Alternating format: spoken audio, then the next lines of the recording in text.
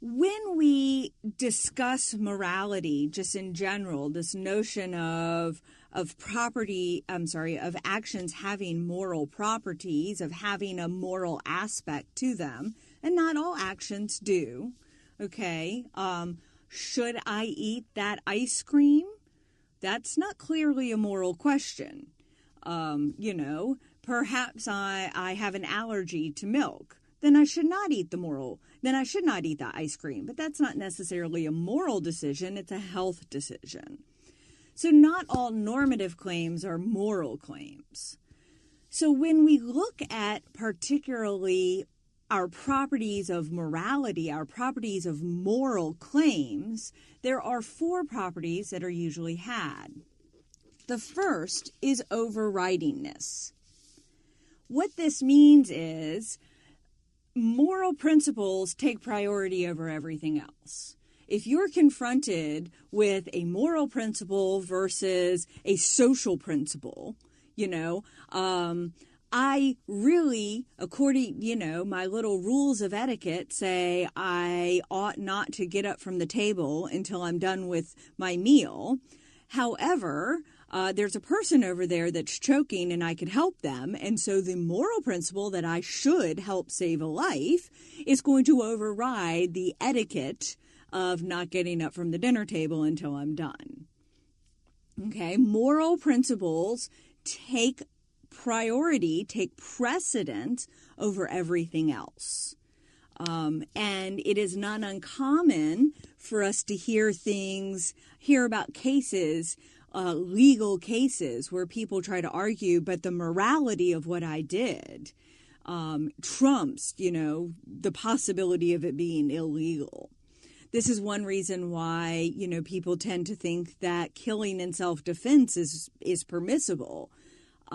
Because while legally it is wrong, it's legally wrong to kill another person, it's morally wrong, it would seem, to allow yourself to be killed.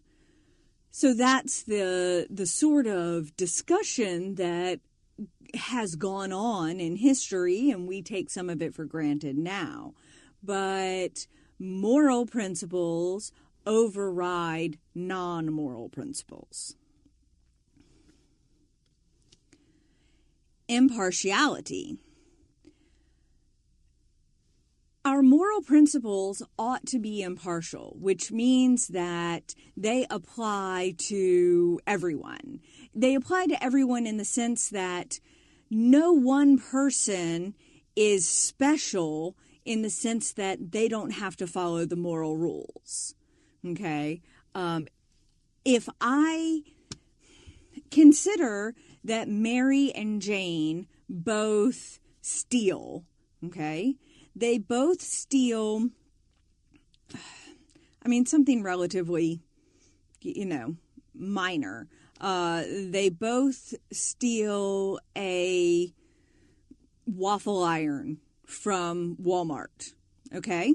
So Mary and Jane have both stolen a waffle iron from Walmart. I like Mary.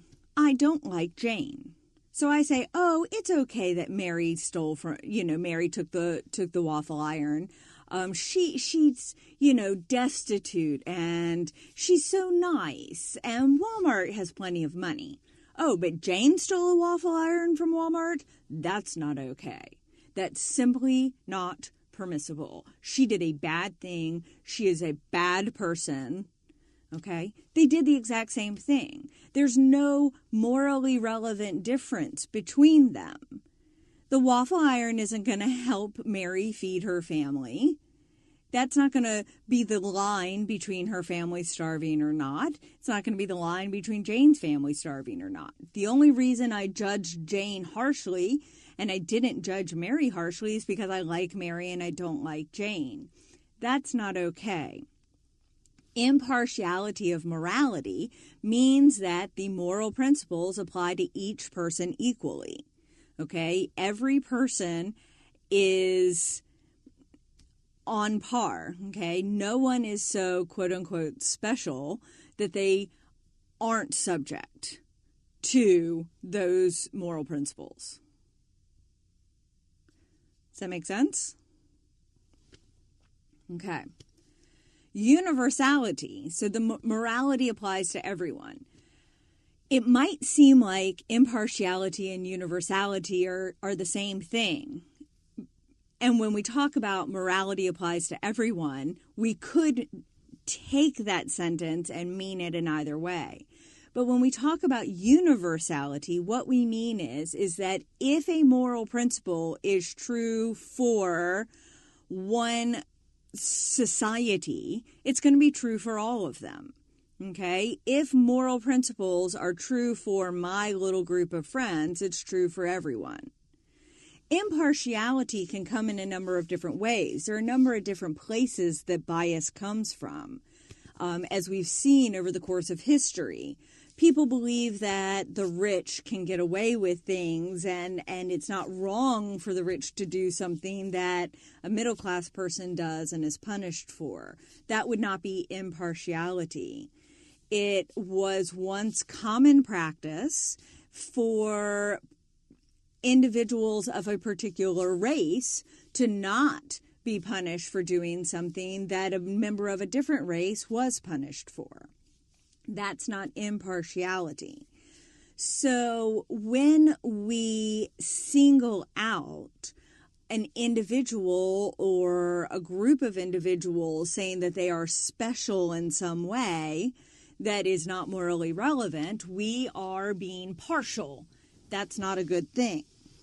Universality is a little bit different because universality isn't about bias. It's simply about the idea that sometimes people attempt to call morality for their culture but ignore it for somebody else's. Or you might say, I wouldn't do that, but it's right for that person. And that's simply the case that we're just saying that morality isn't something that everyone ought to follow. Moral principles are not something that applies to everyone, but it's not a bias that's causing us to single groups out. It's just an individual divide or a cultural divide or something like that. So when we say that moral principles ought to be universal, it means that across everything, across cultural divides, across socioeconomic, divides, all of that, morality applies to everyone. And the people who think it is not universal aren't typically focused on a particular kind of bias. They have a different kind of division. And we're going to look at some of those cases. Does that make sense? Okay. And finally, morality is reason-based. Morality is not ruled by emotions. We need to use critical thinking. We need to use our faculty of reason to decide on moral principles. When we allow our actions to be decided simply by emotions, we very likely might do something wrong. Okay? You allow your actions to be decided solely by your emotions, and you end up shooting your husband and your best friend because you find them in bed together. Okay? That's not morally permissible. Okay? I know people are like, oh, if you cheat on me, I'll kill you. No, it's not morally permissible. Cheating is not a death-worthy action. It's crappy. Nobody should do it. And, move out, kick him out, whatever. But killing people is a bad idea. Okay?